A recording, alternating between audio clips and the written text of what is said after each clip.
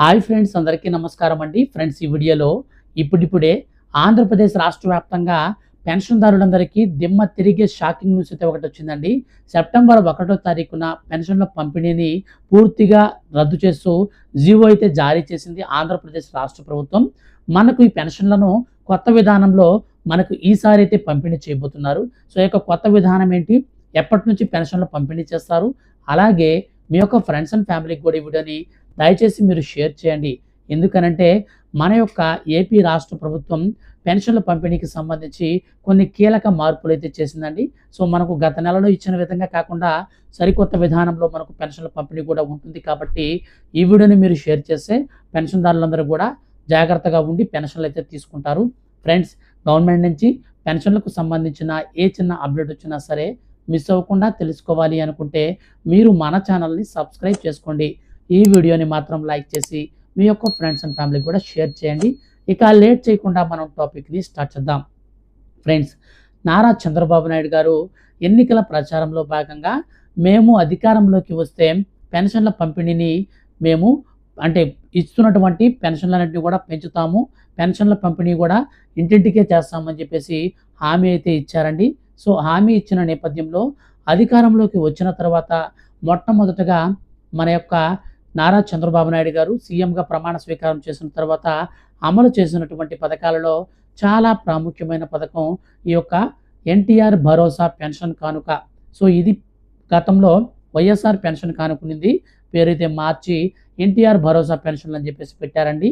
So ఈ యొక్క ఎన్టీఆర్ భరోసా పెన్షన్లు తీసుకునేటువంటి లబ్ధిదారులందరికీ కూడా గతంలో 3,000 రూపాయల వరకు సామాజిక భద్రతా పెన్షన్లు వచ్చేది, 4,000 రూపాయల వరకు వికలాంగుల పెన్షన్లు వచ్చేటివి, వ్యాధిగ్రస్తులకి అలాగే పూర్తి వైకల్యం కలిగిన వారికి వాళ్ళందరికీ కూడా 10,000 రూపాయల పెన్షన్లు అయితే వచ్చేటివి. సో ఈ నేపథ్యంలో రాష్ట్ర ప్రభుత్వం అధికారంలోకి వచ్చిన తర్వాత సీఎం చంద్రబాబు నాయుడు గారు ఈ పెన్షన్లలో కీలక మార్పులు అయితే చేశారండి. సో ఈ యొక్క పెన్షన్లలో ఎలా మార్పులు చేశారంటే, గతంలో సామాజిక భద్రతా పెన్షన్లన్నీ కూడా 3,000 రూపాయలు తీసుకునే వాళ్ళందరికీ కూడా 4,000 రూపాయల పెన్షన్లు అయితే ఇచ్చారు. ఇక 4,000 రూపాయల పెన్షన్ తీసుకునే వాళ్ళందరికీ కూడా 6,000 రూపాయల పెన్షన్లు అయితే ఇచ్చారండి. సో వికలాంగులకి 6,000 రూపాయల పెన్షన్లు ఇచ్చారు. ఇకపోతే మనకు వచ్చేసి రాష్ట్ర వ్యాప్తంగా ఉన్నటువంటి ఈ యొక్క రోగగ్రస్తులకి 10,000 రూపాయల పెన్షన్లకి అయితే పెంచారండి.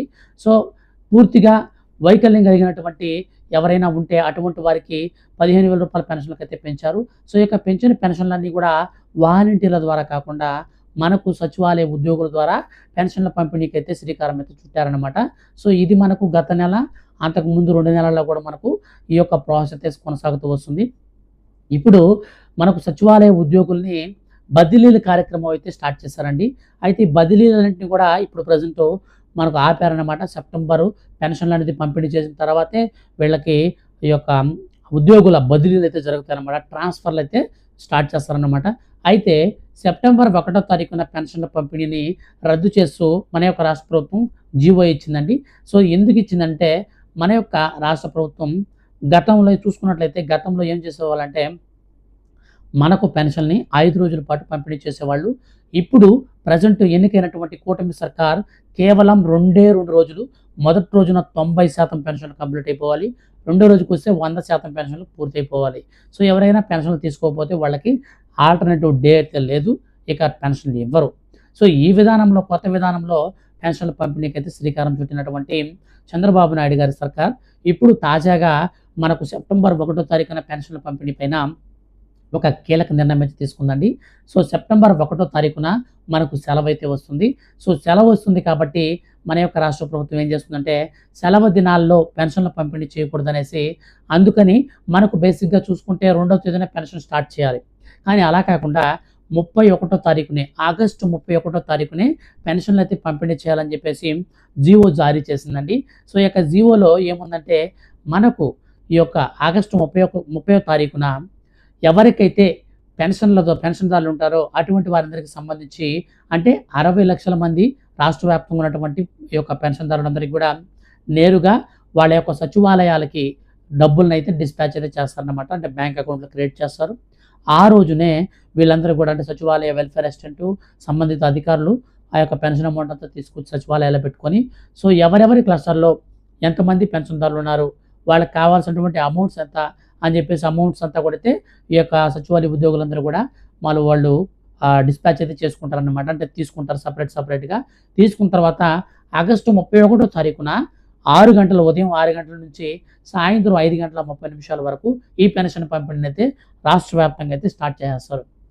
అంటే మన యొక్క రాష్ట్ర ప్రభుత్వం ఏం చెప్తుందంటే, గతంలో మనకు 1 తారీఖున సెలవు ఉంటే 2 తారీఖు నుంచి మనకు డబ్బులన్నీ డ్రా చేసుకొని 3 తారీఖు నుంచి పెన్షన్ పంపిణీ ఉండేదన్నమాట. కానీ ఇప్పుడు అలా కాకుండా 1 తారీఖున సెలవు ఉంటే మనకు ఈ నెలలోనే డబ్బులు ఇచ్చే విధంగా అనమాట. అంటే లాస్ట్ డే 1 తారీఖు సెప్టెంబర్ 1 మనకు పబ్లిక్ హాలిడే ఆదివారం ఉంటుంది కాబట్టి శనివారం రోజునే మనకు పెన్షన్ పంపిణీ అయితే ఉంటుందన్నమాట. సో మన యొక్క రాష్ట్ర ప్రభుత్వం ఈ యొక్క కీలక నిర్ణయం తీసుకుందండి. సో దానికి సంబంధించి శనివారం రోజు మనకు పెన్షన్లు పంపిణీ చేయాలి కాబట్టి ఈ శుక్రవారం రోజున మనకు ఈ యొక్క పెన్షన్లకు సంబంధించినటువంటి అమౌంట్స్ అన్ని కూడా అయితే సచివాలయాలకి, అలాగే సచివాలయ ఉద్యోగులు కూడా ఈ రోజే విత్‌డ్రా చేసుకోవాలి. రేపు చేసుకోవడానికి వీలుండదు.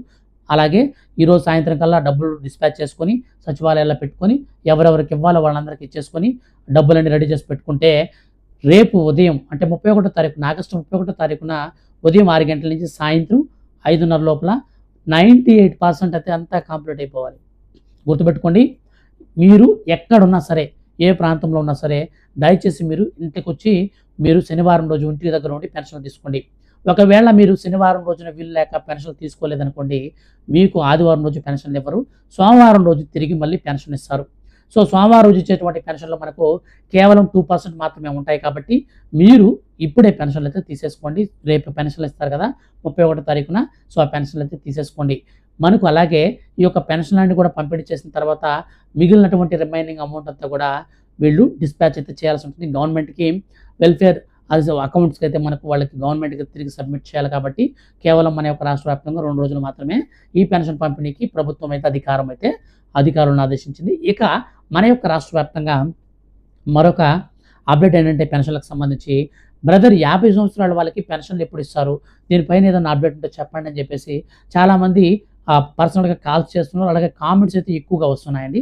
సో ఈ నేపథ్యంలో మన యొక్క రాష్ట్ర ప్రభుత్వం ఈ యొక్క అప్డేట్ కూడా అయితే ఒక అప్డేట్ అయితే ఇచ్చిందనమాట. సో దాన్ని బట్టి మనం క్లారిటీగా చెక్ చేసుకొని చెప్పినట్లయితే ఫ్రెండ్స్ 50 సంవత్సరాల పెన్షన్లు వచ్చేసి ఎవరెవరికి ఇస్తారంటే ఎస్సీ, ఎస్టీ, బీసీ సో 3 కేటగిరీలు కలిగినటువంటి వారికి మాత్రమే ఈ యొక్క 50 ఏళ్లకు పెన్షన్లు అయితే పంపిణీ చేస్తారు.